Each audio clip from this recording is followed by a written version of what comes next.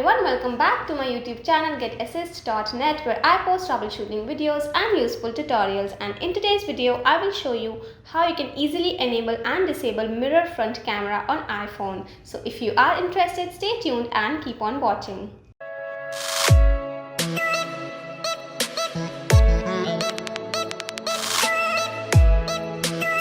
Alright, so first of all you have to go to the settings section of your iPhone, and then you have to go to the camera settings of your iPhone device. So here you need to look for the camera option, and then in the camera settings section you will see this option that says mirror front camera. Now if you don't want your selfies to be flipped, you can keep this toggle on, otherwise all your selfies of your iPhone will get flipped once you get it clicked. Alright, whenever you will click your selfie, it will get automatically flipped if you will keep this option off.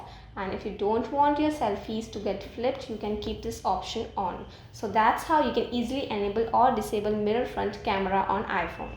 That was all for this topic. I hope you found this video helpful, and if you do, please subscribe to my channel and also press the bell icon to stay notified of all my latest videos. You can also visit my website, that is getassist.net, where I post similar content. Thank you for watching.